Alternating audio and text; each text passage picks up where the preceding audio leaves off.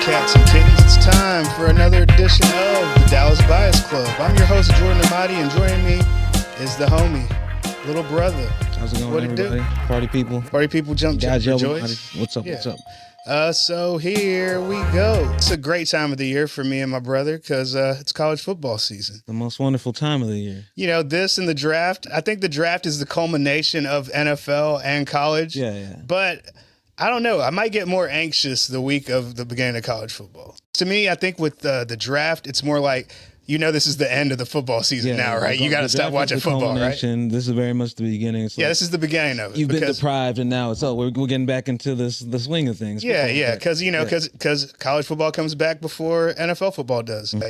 You don't realize how much you miss it until that day comes. Yeah. But enough about us. Let's talk about what's going on in this college football world.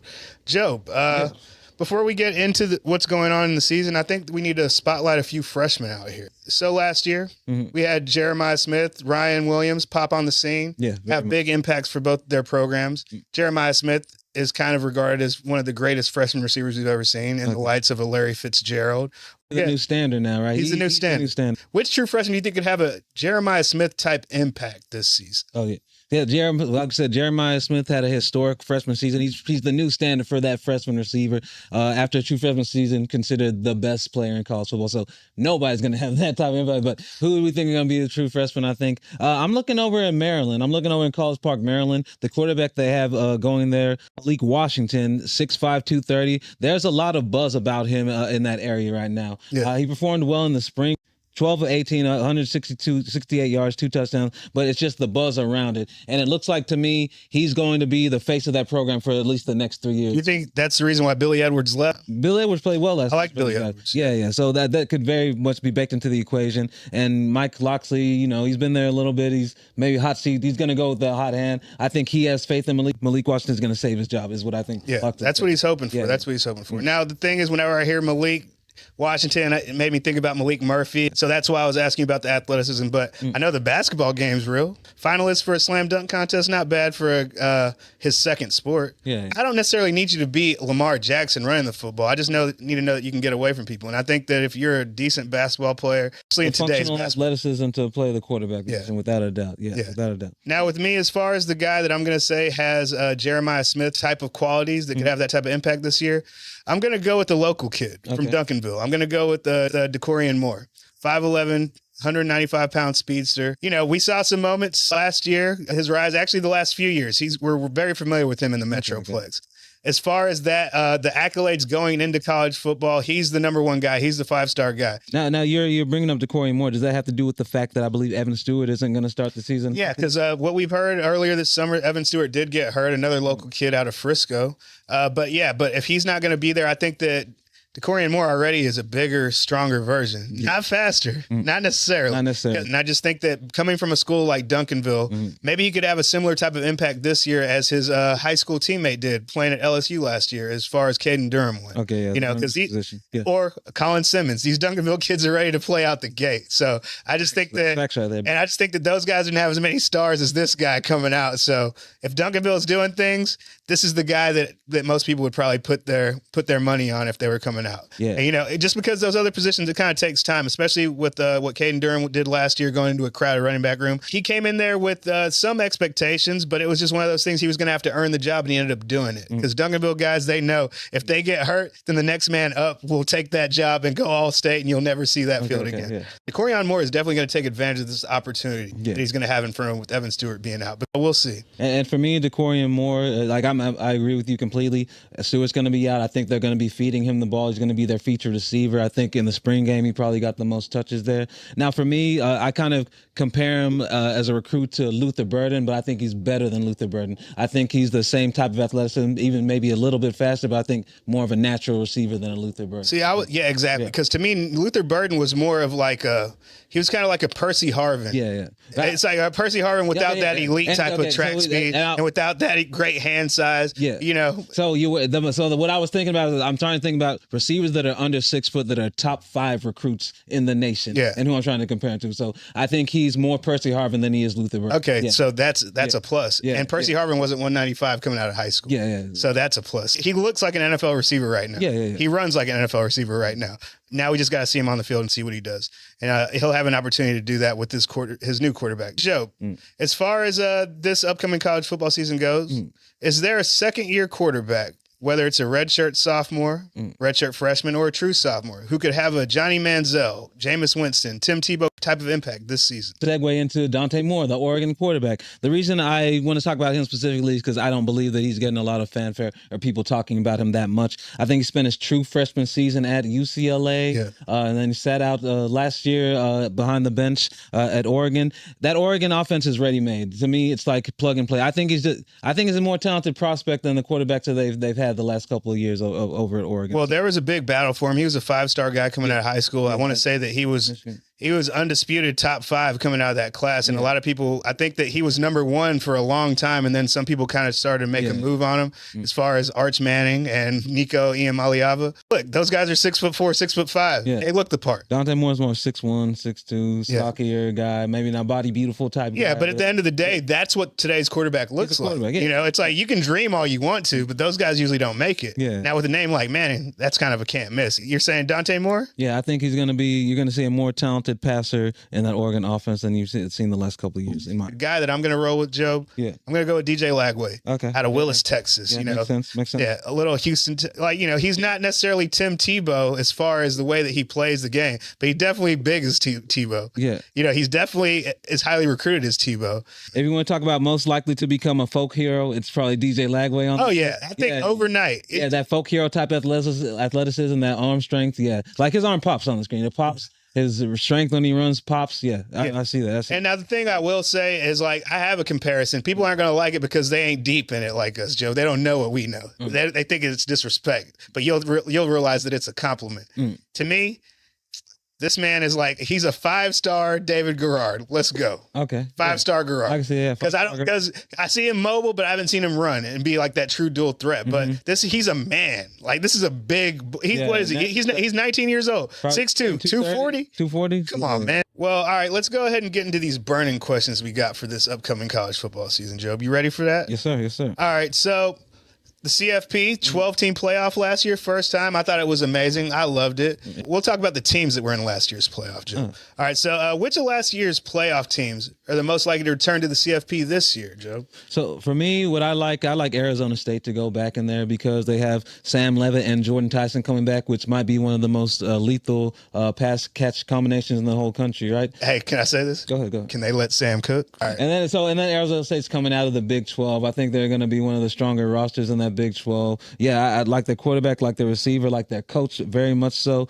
I could easily see them coming back. Would you like to know who I think might not come back, Jordan? Who don't you think going to come back? Tennessee. I don't know if Tennessee's going to be in. They lost their quarterback. They lost their quarterback and unexpectedly lost their quarterback. In a bad way. In a bad way. Because if you went into the offseason knowing we have to replace the quarterback, it might be different conditions. So I could see Arizona State coming back and Tennessee being out in this next round. Yeah.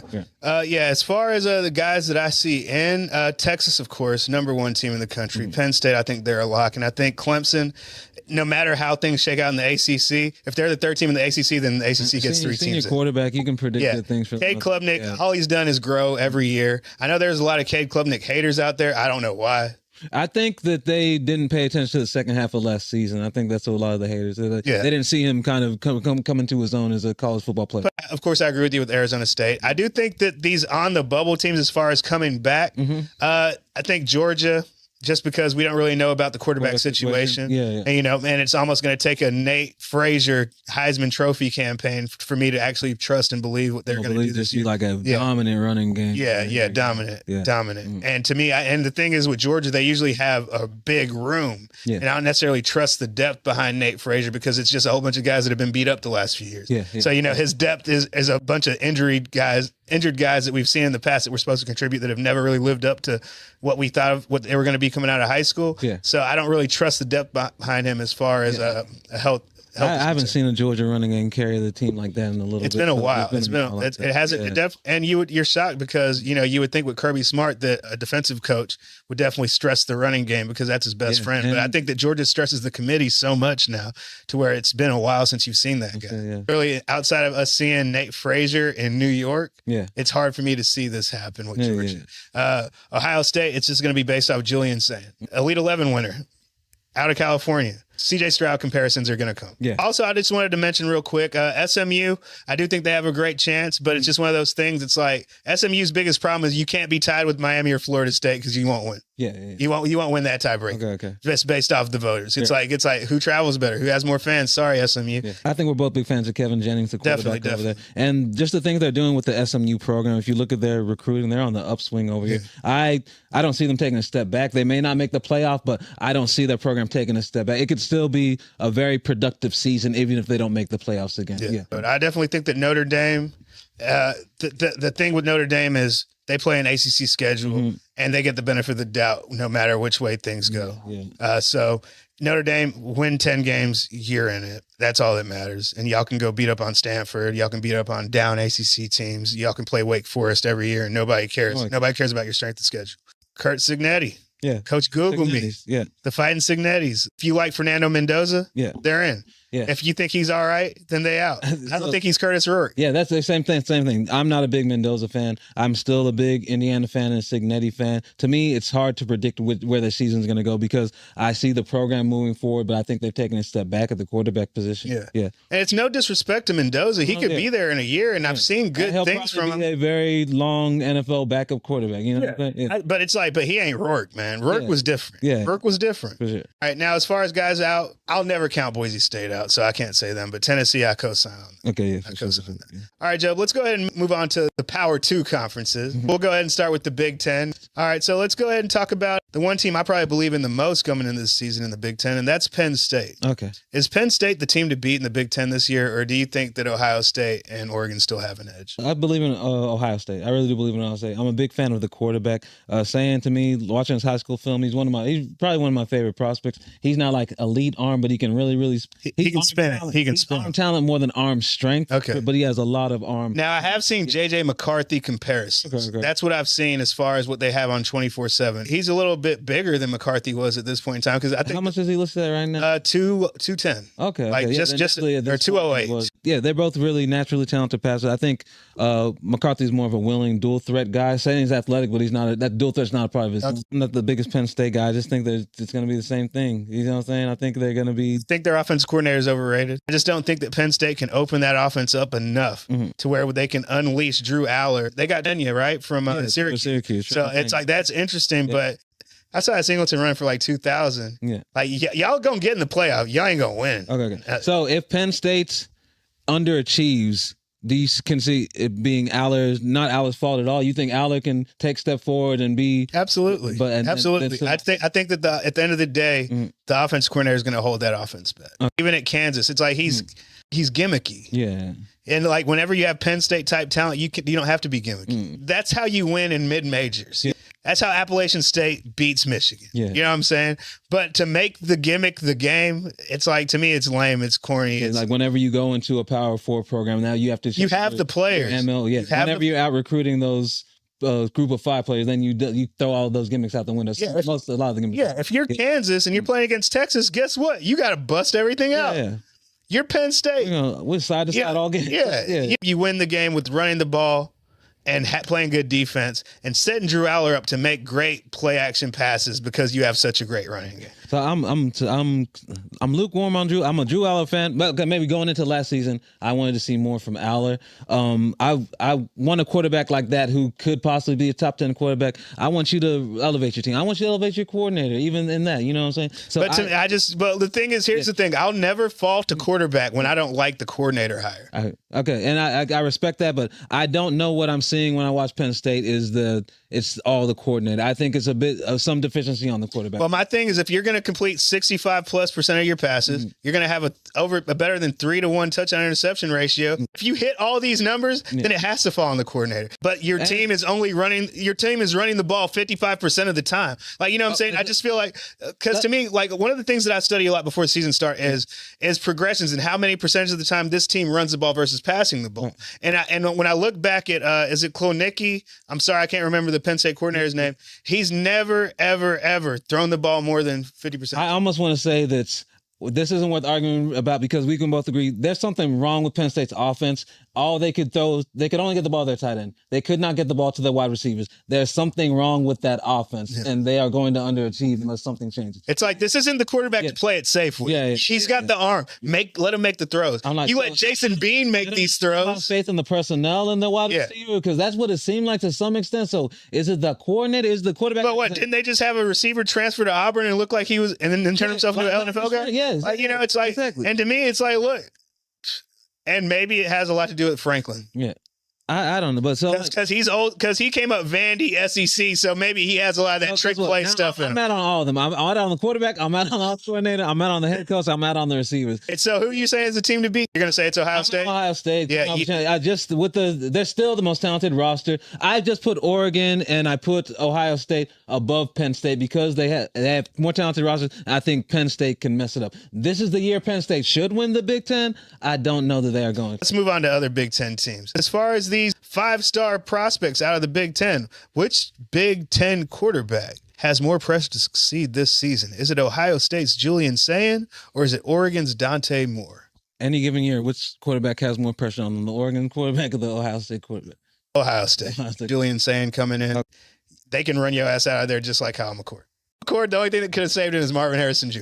His friend couldn't save him. He was gone in the league. You know what I'm saying? Yeah. Can't wait to get rid of you. As soon as Marvin's gone, then you gone. Like, you know, say, sorry, buddy. But Kyle McCord, he balled out. He proved them wrong. I don't care what Ohio State did with that championship. It just had more to do with what Chip Kelly wanted to do with that offense. But Dante Moore, we've heard so much about him as a prep that I just expect him to finally do something, because I feel like he has more personal pressure. Julian Sayin has program pressure. Yeah. Okay, yeah. Okay, I can see that. I can buy it. So it's like, because with Dante Moore, he's kind of fighting for his football future. Yeah. You know what I'm saying? Julian Sayin is a transfer away from being in a Dante Moore situation, right? Oh, yeah. He can still, F that. If Arch goes to the league, I'll transfer. I'll be to Texas. He's like, because he gets a mulligan for transferring from Alabama to Ohio State because Saban left and nobody blames him for that. Yeah, nobody. He still has a transfer in his pocket that he can play. He's got it. He's got one more transfer. He's still got a Pokemon card, a Yu-Gi-Oh card in his pocket. Yeah. So we both kind of agree with Julian Sayin program pressure, Dante Moore personal pressure. Yeah. All right, but I still exist. Yeah. Because to me, Dante Moore, even if he has an okay season, he'll still be the quarterback next year in 2026. Julian Sayin, yeah. It's like he'll be at USC. Like what you said with McCord, we saw it's like you played good, not good enough, but you know what I'm saying? Yeah. The Big Ten this year. Yeah. Last year they had 4 teams get into the college football playoff. How many Big Ten teams do you think can realistically make the college football playoff this season? All right, so if you had told me before last season that there's more Big Tens than SEC teams that were going to be in there, I would like, I don't believe it. So it's hard for me to say. I don't think it's going to be 4. So at least 3 SEC teams got to go in, right, this year. So that means at most 3 Big Ten teams. So I'm going to say at most 3 Big Ten teams. See, I think I think there's an unofficial rule of the Power 2. 7 Power 2 teams in. So last year's the Big Ten.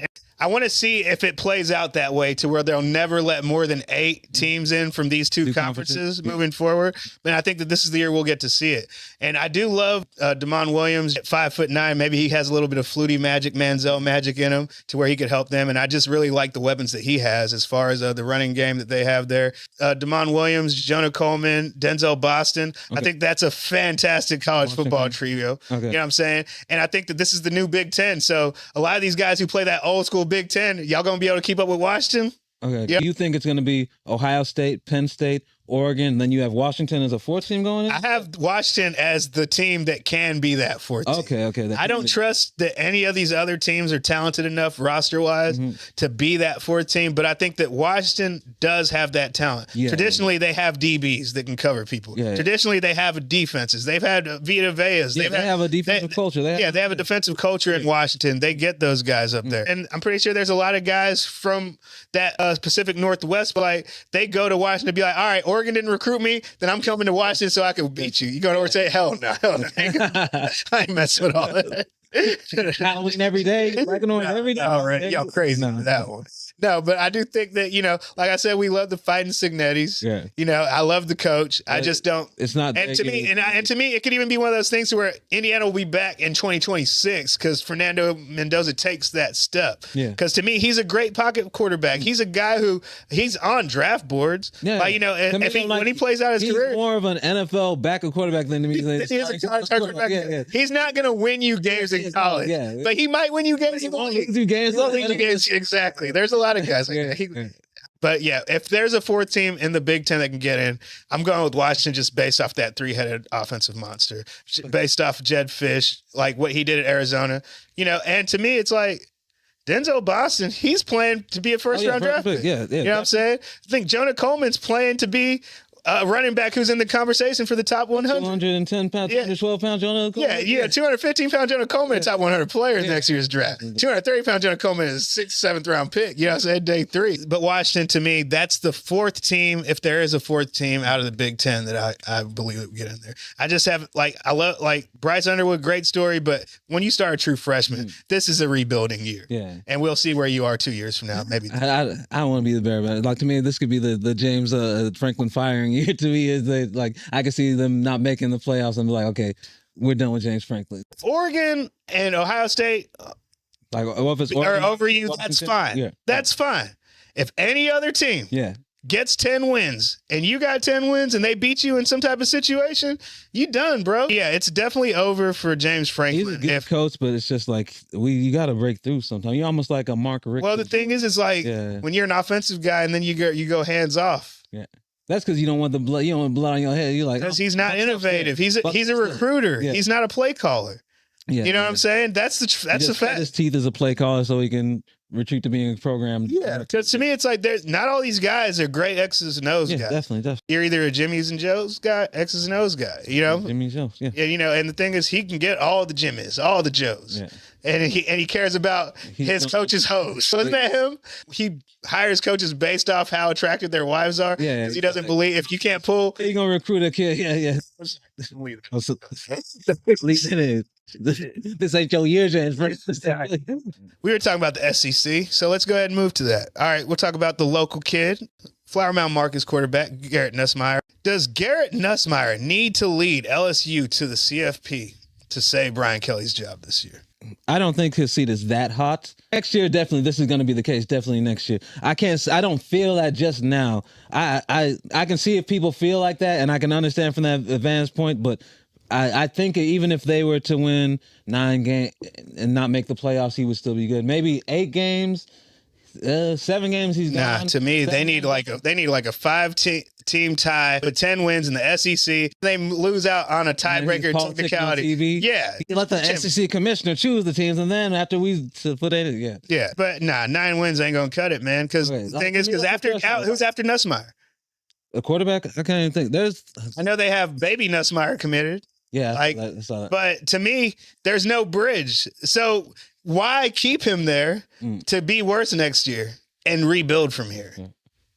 You know what I'm saying? No, I know what you're saying. This is a place for us to part ways. And honestly, this is just me hating because I've heard him do fake Cajun type accents when he talks to the people down in Louisiana, and I think it's defaming.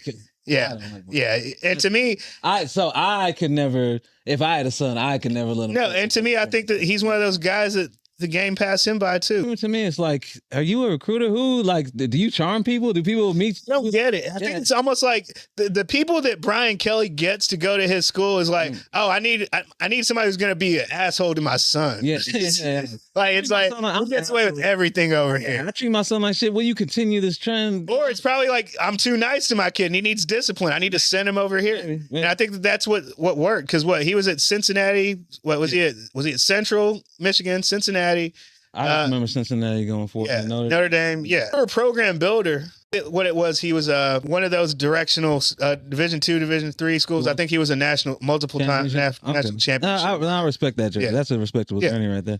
I do think this is a good year for them. I do think they have a loaded backfield. I think that a healthy Harold Perkins Jr. is going to make a big difference as far as that defense. I think going in last year, he's probably considered the best defensive player in the country. Yeah, and I just think that, he's going to come back out here angry, and I just think that a player like that can make a big difference. Yeah. No disrespect to Damone Clark with the Dallas Cowboys, but I think this is the most athletic off-ball linebacker they've had since Devin White. I do think it is a do-or-die season for Brian Kelly in the SEC. And I think that LSU fans would agree because y'all play LSU fans. If they say, I agree with them. LSU fans would agree because now if I was LSU fan, I'm sick and tired of Brian Kelly. And I'm like, we get it. It's like how much more crunk can you be if we play Boosie set it off before every game? He's definitely probably on the hottest hot seat in college football. I would have to say. Me now trying to empathize with the LSU fan, I can see that. Yeah. It's a problem. Because I probably didn't like him when he got hired. No. So, Joe, I guess this is a legitimate question. Last year, whenever Miami got Cam Ward, everybody was asking if Miami's back. Okay. And people said yes. Mm-hmm. Is Florida back? Or do you think that DJ Lagway is just on the verge of making them look? I don't think Florida's back. I think these are just exciting times in Gainesville. I think... Is Billy Napier still considered to be on the hot seat, or just people are so high on Lagway that they even forgot that? Bing. It's like he gets to grow with them. Yeah, but I think he gets this year and next. Okay. So he's got 2 years because of the quarterback. Okay, yeah. But I think if they don't win 9, he's gone. Yeah. So besides Lagway, I don't see much with the program to be enthusiastic about besides that, Like, to me, I'm not excited about your running back room. When Lagway started last year, in the games he started, not the games he played, he was 6-1. Okay. He was 6-1 in the games he started, and he beat LSU, beat Ole Miss. Here's the thing. Brian Kelly, if you lose to DJ Lagway, and if Florida is able to jump you, then you become the hot seat guy. Right? One of them is on the hot seat. Yes. One of them has to be. The winner of that, whoever loses that game is fired. Yeah, one of y'all got to get fired this year. The problem with Florida this year, Florida opens up this season as the number 3 team in the SEC, but they have to play Texas. They have to play LSU. They have to play Miami. They have to play Georgia. They have to play A&M. That's a pretty tough schedule. It's a pretty tough schedule. So that's some name brand institutions right there. Yeah, but if you a logo school, go play the logo schools. If I'm from the state of Florida, the fact that Texas has C.J. Baxter is a problem. Back in the day, nobody could get out of the state. Yeah. And it's not like that no more. I just remember back in the day, even just watching that Cowboys documentary, it's like you see Dion, you see Emmett, you see Mike. But that's how it used to be back in the day. You was either a Florida fan, you was a Miami fan, or a Florida State fan. You had one. You feel like even if you weren't a fan of if let's say you were a USC fan, you still had to pick one. You had to pick one of those 3. So I do think that DJ Lagway has that potential, but he was beat up a little bit last year. Okay. Yeah. He had a shoulder problem during the spring. So he is coming in kind of limpy-gimpy. But as far as there was a lot of talk about Dylan Raiola last year. And I think it's maybe because we knew that going into the season, he was the starting quarterback. Yeah. So that's why you didn't hear about Lagway because, he was fighting out with Grant Mertz, who ended up getting drafted, which I knew would happen. And just to piggyback off what you're saying with Lagway, to me, he has the physical ability to carry a program. So we might just be seeing that and the excitement about that. Yeah. We were speaking a little bit earlier about the unofficial 7-team rule as far as the Power 2. It's the Big Ten, which is 18 teams. So last year, 4 Big Ten teams. Okay.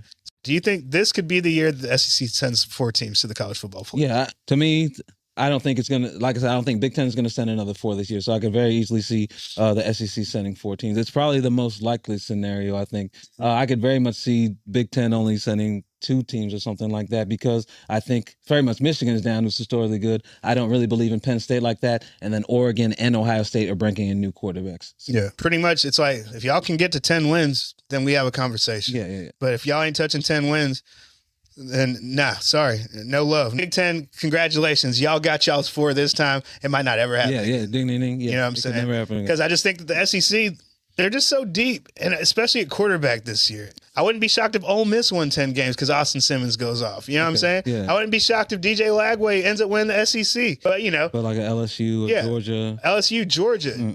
Guess what? The new Johnny Football is here in the SEC, John Mateer. The Oklahoma offense might be the sleeping giant. And you know, Ben Arbuckle came with him. He brought his OC with him. Let's say Texas. Let's say South Carolina. The North Side. Let's say LSU. Let's say Florida. Yeah. Let's say Oklahoma. Could all those teams win 10 games? Yeah, and also because I think the teams you're naming, either some have the strongest rosters, some have the strongest quarterbacks. Yeah. Because Nussmeier, Sellers, and Mateer, Lagway, I'm like these are gonna all keep these teams all in contention for being in the playoffs. Yeah. All these quarterbacks are capable of winning games by themselves. Yeah. You know, we're not even talking about Jackson Arnold. And we're not even talking about Taylor Green. We'll talk a lot about Archman before. How about Marcel Reese? Marcel Reese, you believing in that at all? No. The only way you can believe in Marcel Reese is if you have to look at A&M's maroon jerseys as purple Kansas State jerseys. Okay. Does Marcel Reese work as a Kansas State quarterback? Okay. Because Colin Klein, Kansas State. Okay. That's their offense that they run. Yeah. So if he's wearing a purple jersey, is he better than L. Roberson? You know what I'm saying? Is he in that Colin Klein conversation? Yeah. You know what I'm saying? It's like you've seen good Kansas State teams with worse quarterbacks than Marcel Reese, right? Yeah. So that's the way I think about it. Okay. So is he in that realm? Yes. I think he's in that realm. Now, he's not what y'all want. He ain't Johnny Football. Yeah. Hell no, he ain't Johnny Football. You can't look at the Texas A&M quarterback situation with regular Texas A&M quarterback eyes. Okay. Like, you're not looking at the next Johnny Football. Yeah. You have to look at Kansas State. He ain't Michael Bishop, though. Oh, no. It's like, don't go back that far. He ain't Josh Freeman. No. He's not one of the great, but L. Roberson, I think that he could be something like that. Okay, I respect that. I see that. So, that's the first thing that popped in mind when you said Kansas State. You mean like L. Roberson? Yes, exactly. Baytown Lee, right? Represent, local kid. I think that if they win, it's just going to be because of their running game and their defense. Okay. Their running game and their defense. I think Le'Veon Moss is coming back off that. They should be healthy. Yeah, they're saying he should be healthy. Ruben Owens, everybody's been waiting for the breakout. Here's the thing. Let's just be honest.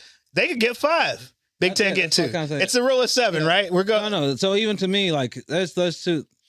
Because even if you think there's 4, I can name 6. You know what I'm saying? Yeah. So let me just say it like this. Oklahoma could easily be in the playoffs. So I say it like that. Oklahoma could easily be in the playoffs 6 year. Yeah. Okay.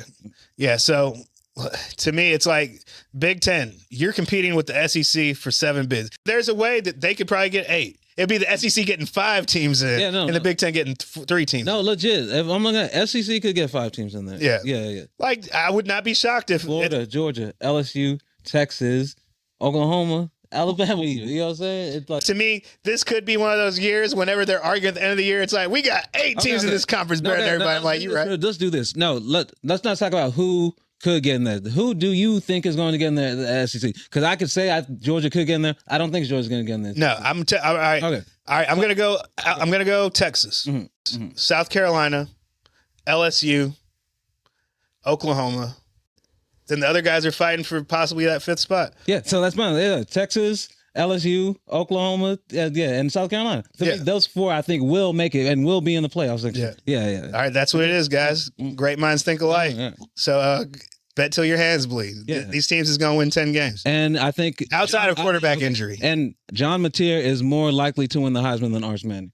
Facts. Yeah. All right. Well, I guess that's enough with the Power 2. I know some people will just tune out after that, but there's other conferences we got to talk about. Yeah. Like the ACC, Job. So, ACC. Last year, SMU, Clemson, they ended up getting in there. SMU didn't put on the best show, but that's a lot to do with being a whole bunch of guys from the South playing in Penn State. And in December. I don't think they embarrassed themselves or anything like that. Yeah. But it's almost like even with that game against Clemson, that's the worst that Kevin Jennings looked was in those last 2 games. Yeah. And it was a tale of 2 halves in the Clemson game, but it just looked like, there's a reason why certain schools don't recruit certain types of quarterbacks. Yeah. And Kevin Jennings, no school out in the North where it snows would ever recruit you to play quarterback. They'll show you But, another year to develop. They do have a contingency plan at quarterback. We don't know. Tyler Van Dyke. Preston Stone's at Northwestern. Oh. Preston Stone, he's gone, but Tyler Van Dyke is back because Tyler Van Dyke had success under Rhett Lashley when he was at Miami. That his most successful year at Miami was whenever Lashley was offensive coordinator. Yeah. And everybody was. He was a first-round pick after that. Then Lashley left and he fell off. So as far as the ACC, since they got 2 teams in last year, do you think there's a possibility they could sneak 3 teams into the playoff? Yeah. So you don't think they're unofficially capped at 2 teams? No. And I'll tell you why. So first, I think we both think Clemson's going to win the ACC this year? Going to win the ACC. What came to mind right now is like when the Street Fighter, when a new character pops in. But like I was saying, Bill Belichick's in the conference now. There's a new character. And I think but I think like if it gets down to voting time and like North Carolina has like 10 wins or something like that, they're like, oh, put Belichick in the playoff. You know what? I didn't even put in the Belichick factor. My biggest problem with the ACC is that Notre Dame can pick and choose when they're an ACC team. I feel like being the ACC is like they're gender fluid with their conference. It's like, it's like if y'all got a problem with that, then you need to have a problem with Notre Dame. Whenever they want to be, they can just say they're an ACC team. They play 5 ACC games a year. Yeah. That's damn near the schedule. Any team that play in the conference would get penalized for playing their out of conference schedule. But they're Notre Dame. They have the TV contract. They have a following. So it's like legit. Their conference, their schedule doesn't matter. No. So you're saying that you don't see the ACC being capped as a 2-team conference, and I'm saying that I think that Notre Dame being an unofficial member. Oh, that always plays into the. Yes. If Clemson, Miami, and Florida State are 10-win teams, then they'll never keep them 3 out. Yeah. And Notre Dame can get in. You mentioned the Belichick. Yeah. The Belichickian of it all. Yeah. Belichickian of it all. Yeah. I do think that you make a great point to where now they can be in that conversation too. Yeah. It's like too much reverence in the football world. They're like a room full of football decision makers. I'm like, they're going to give Bill Belichick's going to get the benefit of the doubt. You're going to have to come honestly, if Florida State's tied with North Carolina, Belichick might get the benefit of the doubt. If Miami's tied with North Carolina, Belichick gonna get the benefit of the doubt. Only Dabo gets the tiebreaker. Oh, he turned this program around as president. Only Dabo can get the benefit of the doubt in the tiebreaker. But I think, and that's something I didn't think about before this. So that's some insight right there.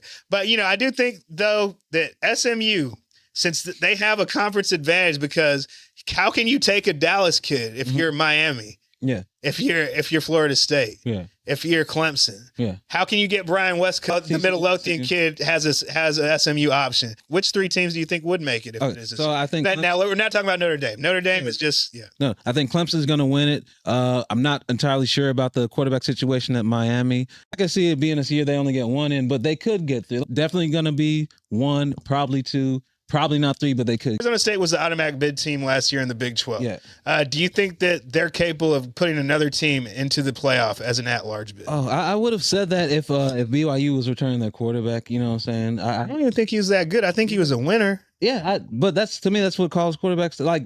I often categorize quarterbacks as, he's a really good college quarterback. Will not play as second in the NFL, but I think Retzlaff was a really good college quarterback, and I think he can be the impetus for some winning at that level. But he's gone, so I don't know their quarterback situation. Like we were talking about earlier, Sam Levitt, Jordan Tyson, one of the better duos in college football as far as quarterback, wide receiver. For sure.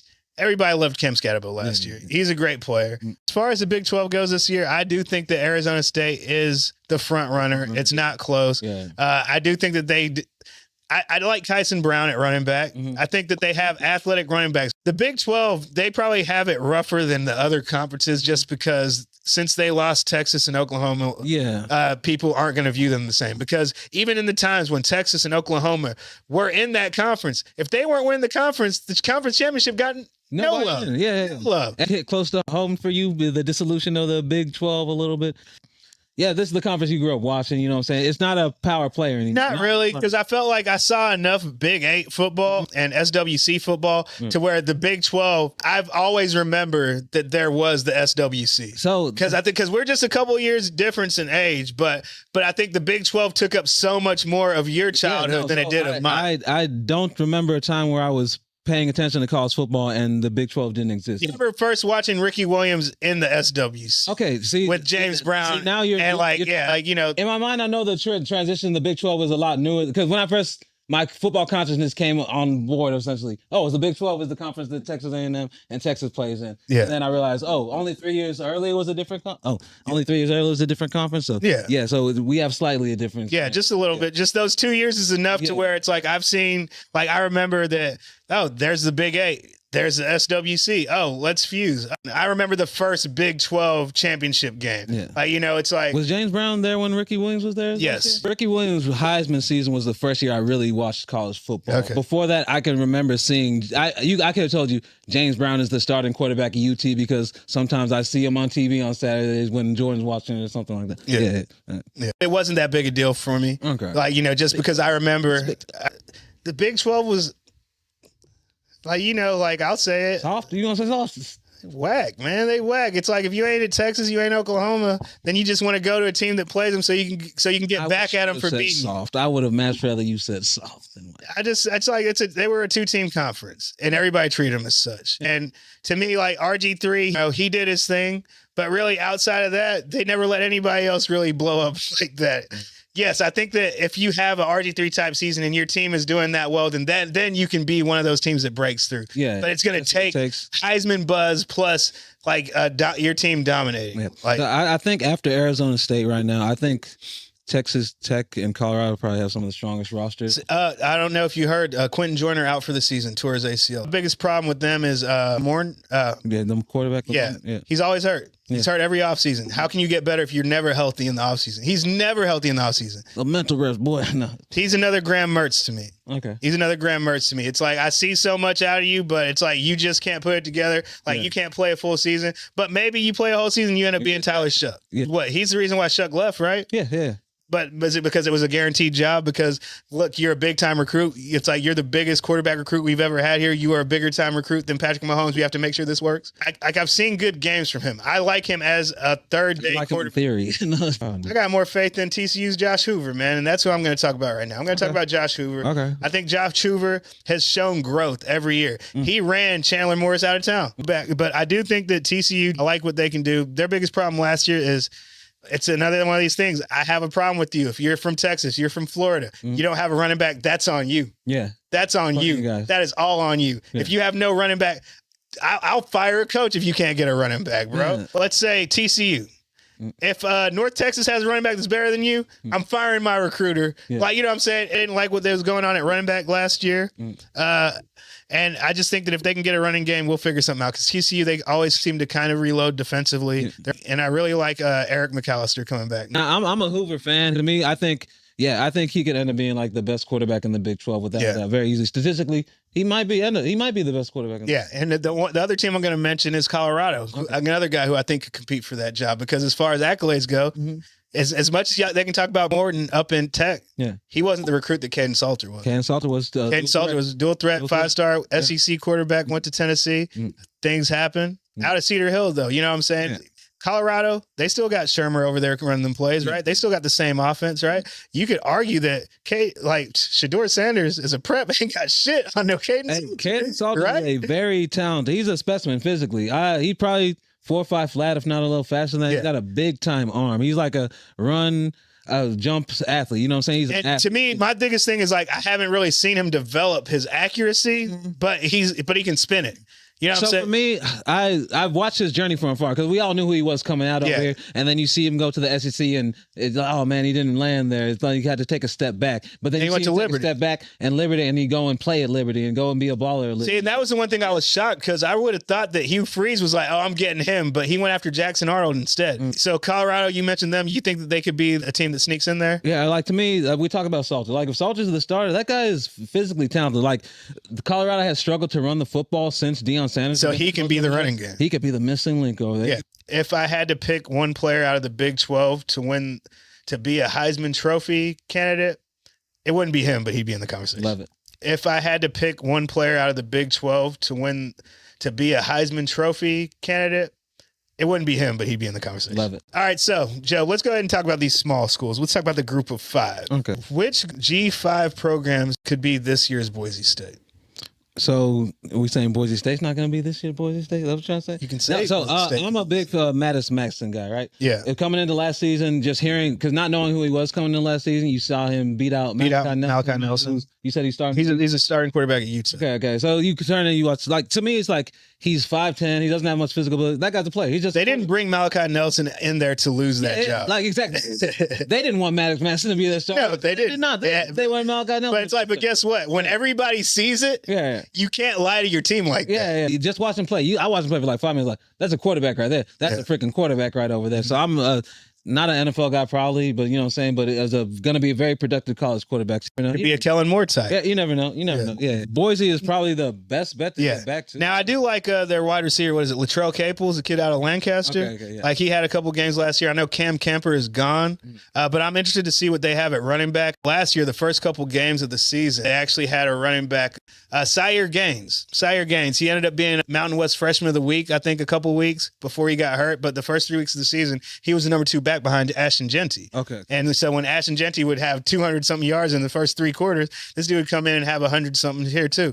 6 foot, 217 pounds coming into the season. Yeah. He's considered a redshirt freshman because he got a red shirt for last year. 10'9", 300-meter guy, 2,000 all-purpose yards guy out of California last year. They're saying that he's going to be able to ball this year, and it's pretty much his job to lose. Let's not forget, Boise State is a running back factory. Genty just happens to be the best. The latest and greatest one, yeah. Yeah. So. But also, like they're a team that's consistently going to be a little more talented than the competition. Yeah, we're going to have to go with Boise State's Week 1 opponent. They're going to be playing South Florida. Okay. I'm a big Byron Brown fan. I was a fan of him going into last year. I thought he played well. 6'3", 225 pounds, 4'6", 40 guy. He's a guy that already on his career, I think he has 4,000 yards passing, over 1,000 yards rushing. But he just has a real shot to where I think he's an NFL talent. He's an NFL talent. And I think that them hosting Boise State gives them an advantage because it's hard to play on that blue field. Yeah. And, open the season in Florida where it's hot. They can take advantage of this opportunity.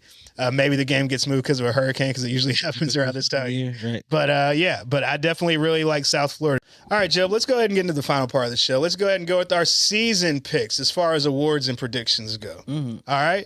So as far as if you had to pick today, your 4 Heisman Trophy finalists going to New York. Okay. Who would you go with? And who's your dark horse? Let's go ahead and start with your dark horse, Joe.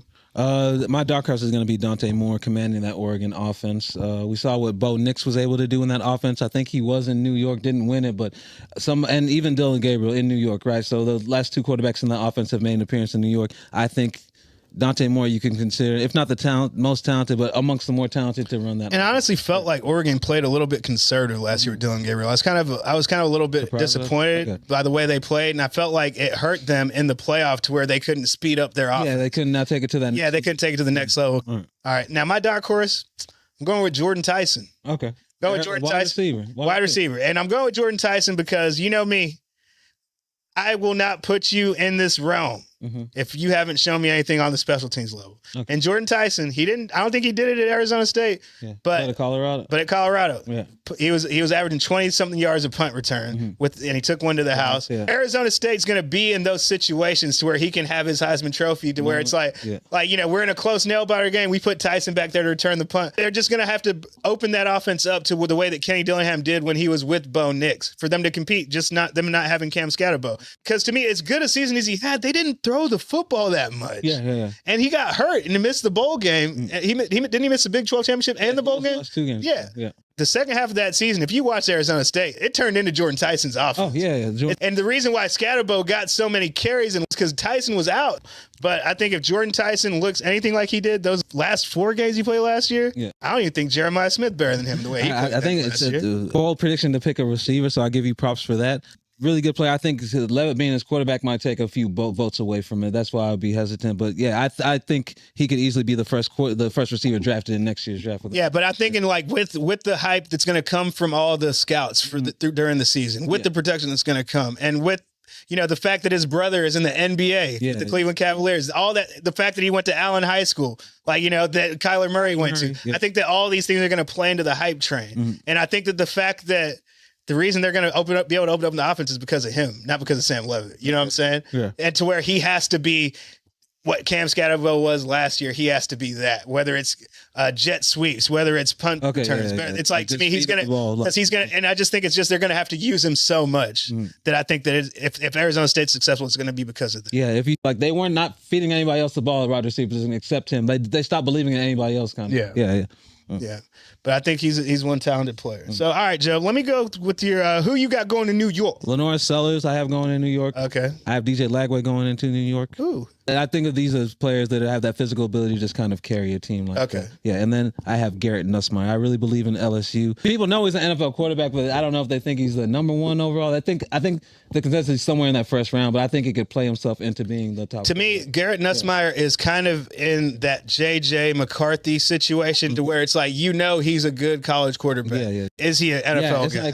It's like and he has some talent. Like, will his talent translate 100% to the NFL? Do you want to go through those names again, Joe? Yeah, DJ Lagway, Garrett Nussmeier, Lenora Sellers, and then Dante Moore is my sleeper dark horse. Okay. Here are my four. Number 4.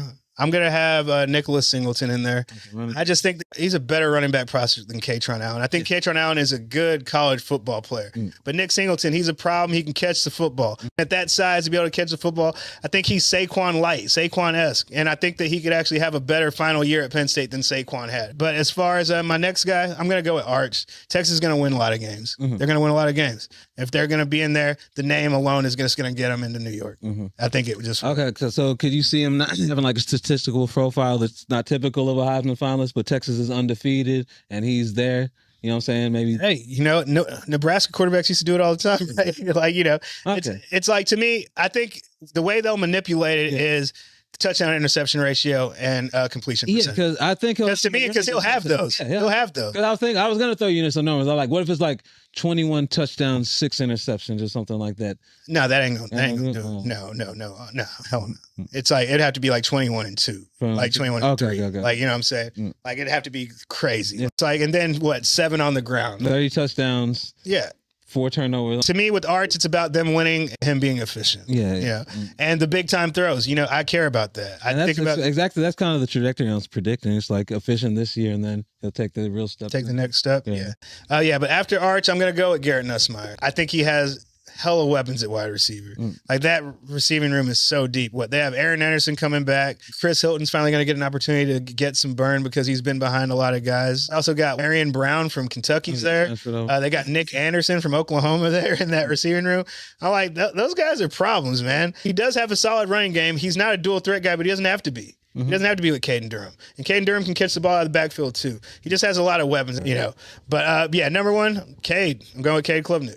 Okay. Cade Klubnik, Heisman Trophy winner. That's who I'm predicting. I just think that every year he's gotten better and better. He's a champion. He's a winner. He's from Austin Westlake. Just to be contrarian, let me go with Julian Sayin. Let me go ahead and say Julian Sayin. Oh, Julian Sayin. So Julian Sayin is going to have a Jameis Winston type of first year as a starter. I can see it. Like, to me, I loved him coming out of high school. He's one of those quarterbacks that I put him in that top tier of film that you watch. I'm like, this guy seems to just understand the game. He, despite not having elite arm strength, elite arm talent. Joe, I think that we're probably going to agree on who we think the national champion will be this year, but I'll go ahead and let you go first. It'll probably be UT. Yeah, probably be UT. When's the last time that you thought that UT going into the season was going to be the national champion? It was Cole McCoy and Tim Tebow's senior year. I remember telling people, you think Florida's going to win the national championship this year? Texas got this locked down. And we could have had him too if it wasn't for that Marcel Darius breaking Colt McCoy's collarbone. Oh, no, you know what? Never mind. I forget. Mac Brown, you lost that game. You should have played John Childs at quarterback. Anybody else who's like the perennial favorites to win national championships or start a new quarterback, it's just they're the most loaded of the blue blood programs that are consistently at the top, I think. Yeah, the most experienced, most solid. Like, if we're talking about Arch Manning, he's like the least experienced player that they have coming back next year. But then he did also get some in-conference starts last year, which I think was very helpful for him. To where it's like, I think that the hype is even bigger because we saw what we thought that he was going to be. It's like, I was one of those people. I was ready to bench Quinn last year. I didn't need him to come back. We're not going to win a championship with him. let's just go ahead and get Arch ready. And that's where I was at with it. But maybe the fact that you saved Arch like this, you can get that next year because he wants to build on his stats and help himself and, develop a little bit more. But yeah, I'm going with Texas as well, Joe. I just think CJ Baxter, Trey Wisner, formidable tandem in the backfield. We all love Arch. Like I've said, on defense, Colin Simmons, Anthony Hill, Malik Muhammad, all local kids. And I just think they're loaded. I think their biggest question is going to be on offensive line. But like I said, they got that barbed wire around the state of Texas, so I can't nobody leave. So Texas, they definitely reloaded offensive line every year. It's never really been an issue. Arch is big enough, strong enough, and has shown good enough escapability to where I'm not too worried about him and his new offensive line. So I think that Texas, man, they deserve to be number one. I wish they weren't. I know on paper it looks like Texas should be the favorite, but me being a Texas fan, I think Ohio State will win just because I don't believe Texas is ever going to win. Nah, but yeah, I just think that they're too loaded. I just think Ohio State has too many questions. I don't trust. Like if I don't trust their running game. Like I would have heard a buzz by now if one of these big time recruits was doing something in the spring or in the fall. Okay, then UT's running mate is Trey. You think it's Trey Wisner? You think it's Baxter? You think they're just both to be? 50-50? I think it's tag team, man. Okay, so we're both going University of Texas. Championship. All right, I guess. Texas, they definitely got another win there, right? No, because it's like we ain't said this since Vince Young. Yeah, I'm like, it's like we said this like after Vince Young beat Michigan in the Rose Bowl, we like, oh, they're gonna win the championship. Y'all are the only powerhouse that's on like an uptick this year. Like maybe like Clemson. I don't know. But I think that college football does not want this. They hate this. That's why everybody hates on Texas every time they can, because guess what? When we lock them gates up and can't nobody get out this state, y'all, it's going to be a big problem for all of college football. It's one hell of a problem. And Sarkisian can recruit quarterbacks. Like Mac Brown couldn't recruit quarterbacks. Mac Brown could. He can get him on campus. He can get him on campus. He didn't know which one to get on campus. Mac Brown started off as Steve Sarkisian and turned into Kevin Summers. Right. Okay. Well, Job, hey, I think that's a wrap, Playboy. Oh, for sure. That's a wrap. Thanks, Job. What are we going to be doing this weekly, or what are you thinking about? Football season, I will be a regular guest on this thing. All right. Thank you, everybody, for listening. This has been another edition of the Dallas Bias Club. I'm your host, Jordan Amati. Hey, that's my brother, Job Amati. What's up? And that was Dobby, but we out. Hey, peace out. Thank you, guys. Stay fresh, cheese bags.